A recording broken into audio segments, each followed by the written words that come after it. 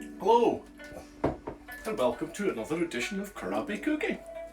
Today I am going to make Vietnamese pho, which is a noodle broth really. It's really fresh. Now ideally you want to make the beef broth, the stock, you want to make that beforehand. It can take up to 2 days with beef bones in it, with marrow bones. I'm doing a quicker version. I've already got beef stock in there that I'd made when I did the tatty soup, which is on one of my YouTube channels. So that's my beef stock. I've also added a small amount of Marmite to that, maybe a teaspoon, just to darken it and give it a bit more umami flavour. I've got this big hunk of beef here. This is called back vein. It's a relatively cheap cut, but it's quite tasty. I've got a big hunk of beef right here. Ooh. So, for your stock, you will need quite a bit of fish sauce. I know it's a beef soup, but I'm going to reckon about a good 1/8 of this bottle. Now fish sauce doesn't smell nice, but it really brings out the flavour in stews and Southeast Asian dishes in particular. My beef stew that I made actually had fish sauce in it. It's really not a nice flavour at all. So that was probably a good, I reckon, 3 tablespoons of sauce there. So 1 carrot in whole. 2 cloves of garlic. I'm putting them in whole, but I'm going to split them down the middle just so they release their flavour a lot easier. 1 star anise, and you would put in 2 cloves. We thought we had cloves, but we can't find them, so it's not that important. And you could put in a stick of cinnamon if you wanted to. I don't particularly want to. So, first thing you need to do is get a large piece of ginger, cut it in half, down the middle like that, and then a white onion, which you'll need just half of at the moment. So on a hot stove, top like this, you could do it in a pan, but that's on full whack. So you want to colour them until they're properly burnt. Not quite charred, but you want them to be black. That'll add to the colour of the stock, but also add a caramelised flavour to it.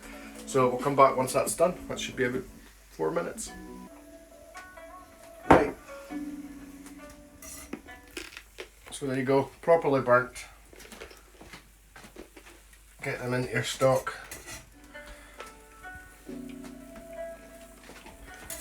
Now the onion, if you want, you can cut it again. I'm going to do that because I'll probably still eat this. But what's going in the pan just now is just aromatics, and these will add to the flavour. So with the beef, I'm going to cut a reasonable sized piece off of it.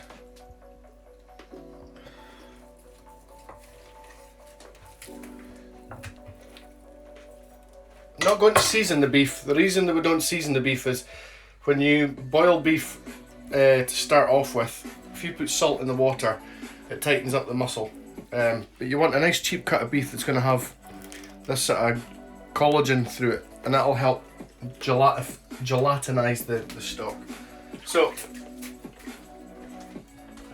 if you've got the time, you would simmer that in the lowest possible temperature. Could even do it in a slow cooker all day, and it'll bring out more flavour. But I'm gonna cook mine for 2 hours just until the beef's cooked. Put a lid on it now. I've got a pressure cooker, so that'll speed up the cooking process. So bring it to the boil, and it's as simple as that. I'm not going to use the back vein for the next part of beef. I've got some fillet for that, but this back vein is a cheap cut of meat and it's excellent. You could use it as a cheap steak or dice it up. I use it for stovies, which I'm going to do a video of in the future. So we'll come back once I'm ready to do the next bit. Right, so after a couple of hours, your stock should be made. You then want to fish out your spice, your beef, and your aromatics. So I don't need the ginger or the garlic any longer, or the spice, so I'm just going to discard them. I'm going to use the onion and the carrot and obviously the beef. So you put that to one side. Your stock should be rich but opaque, nice and kind of clear. If you want to put it through a sieve, then that's fine. The next thing you'll need to do, or while your stock's being made, get your vegetables ready. So I've got some pak choi, Chinese cabbage. Just going to cut them into quarters. They're just going to get a quick flash of water. They're not going to be really cooked. You want them crunchy. So just give them a wash. Give them a quarter.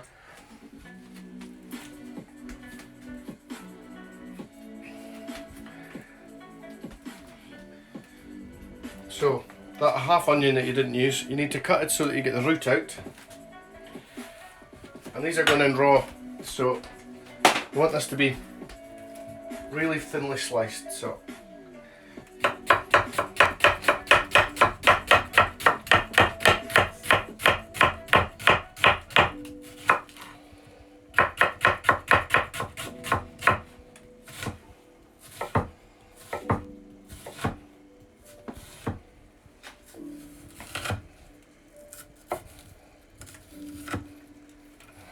okay.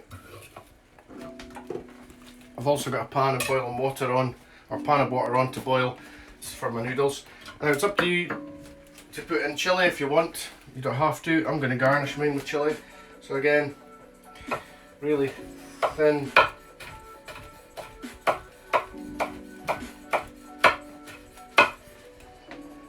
Don't need too much. Some people put spicy sauces into their pho, like a sriracha. It really is a meal, you know. It's a full-on meal. So, and then you need fresh herbs. So normally it'd be coriander and basil, but we couldn't get any coriander for love nor money. So, and basil. So. Yep.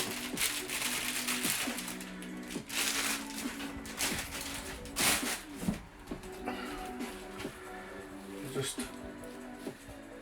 give them a wash, cold water, and I mean, you don't even need to cut them, you could tear them if you want, but I'm just putting the stocks, I'm putting the whole lot in basically, so they go in there as well. I think I've not been to Vietnam, but I did have pho when I was in Hong Kong. You've had pho loads of times, haven't you, Kate? Mhm. I think the idea is that you get the noodles and the meat in your soup, and it's up to you what you add to the rest of it. Is that right? Mhm. In certain places. Right. So put that to one side. Pan's on for the noodles. So these are the noodles that you need for pho. You get them in a Chinese supermarket or Asian supermarket. Rice noodles, and there you go, ban pho. Or pho. Or pho, yeah. So the next thing you need is your raw beef. So I've got fillet. I bought this from the butcher and I asked the butcher to thinly slice it for me. You could, if you wanted, purchase a bigger bit of beef and stick it in the freezer for 40 minutes beforehand, and that allows you to slice it thinner. But what I'm going to do is I've seasoned this meat already, so I'm going to batter it out just to make it slightly thinner.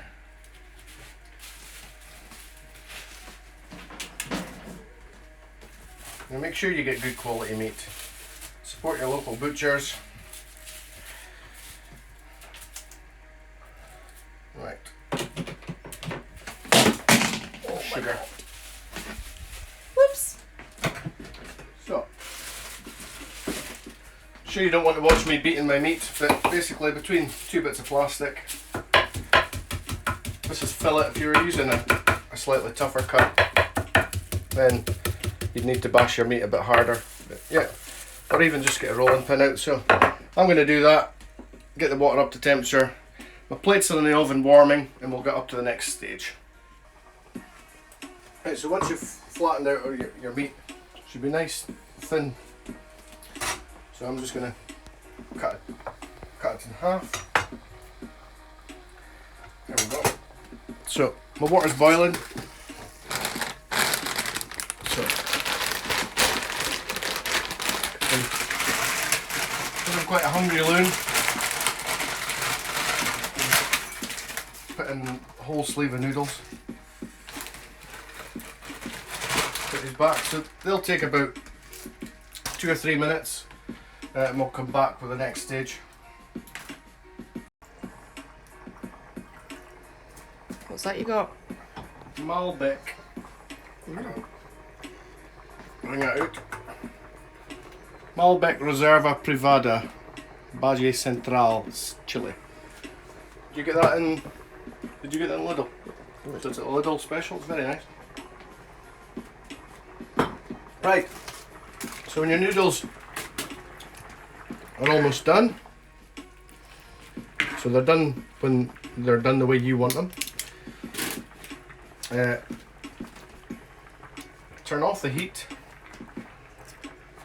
Put in your pak choy. You don't have to do this. I'm just doing it because I want it just slightly coloured. Should look a little bit prettier. That's all. And it's time to build the soup, really. Just simple as that. So,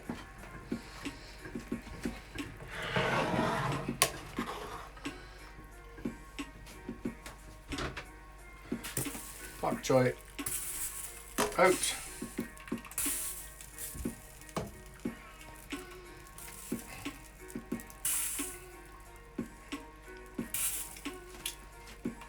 Just going to put that to drain. So, if you want, you can drain your noodles in a colander or whatever. But I'm just going to put them straight in. So they're quite tricky and quite long. Me. So, get the scissors. Oh, into your bowl.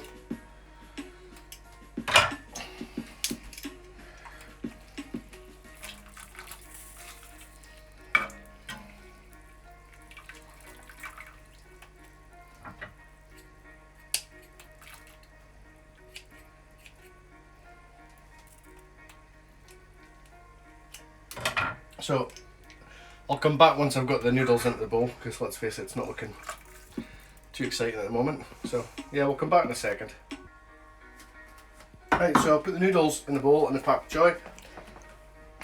Just to save wasting the carrot, this isn't traditional or anything like that, but to save wasting the carrot, I'm just going to grate the carrot over. It's going to be pretty much pureed, but it's all going to be flavour. So that way. Get your beef, split it in half, just flake it through.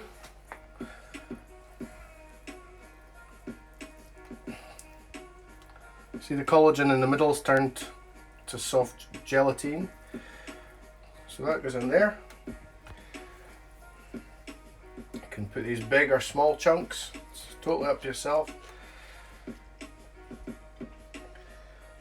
Your burnt onion. Get that in.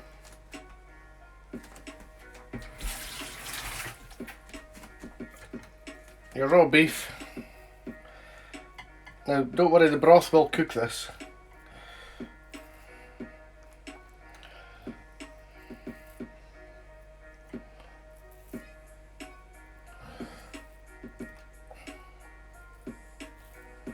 quite a chilled vibe, that music, isn't it?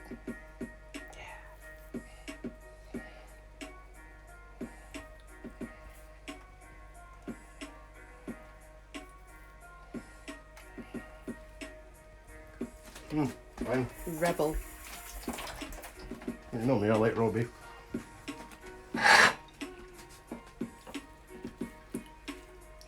On your spring onions,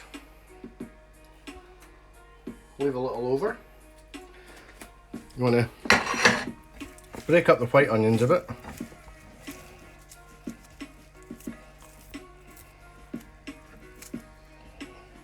On your herbs, and just pile them over the top of the beef.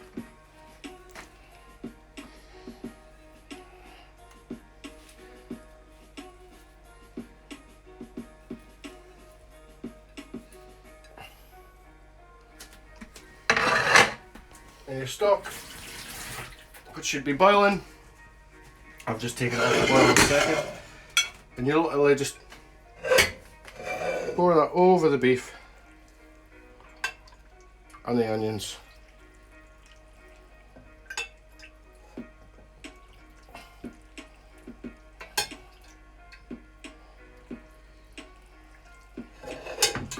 So we'll come back once I've finished dishing up mine. And get your herbs, garnish them over the top. Really is an entire meal. Some of your chilies. Totally up to you how much spice you put in it. You don't have to put any. The idea of weaponized AI, I think, is terrifying. Anyway, 2 bowls of crappy cookings. Very first attempt at making Vietnamese pho. Happy crappy cooking. Goodness, I forgot the most important part. Lime. Serve lime wedges with your pho.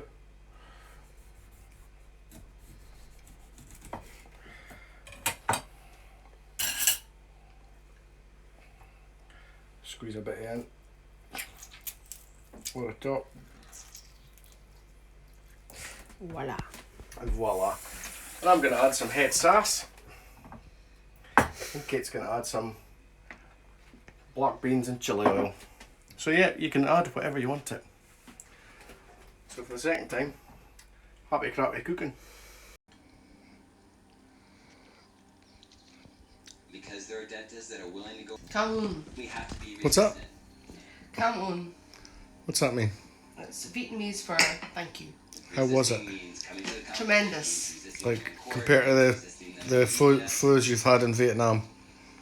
Well, it was just tip top, you know. Brilliant. It's up there. Oh well. For many, many people. Happy crappy cooking. Cheers. American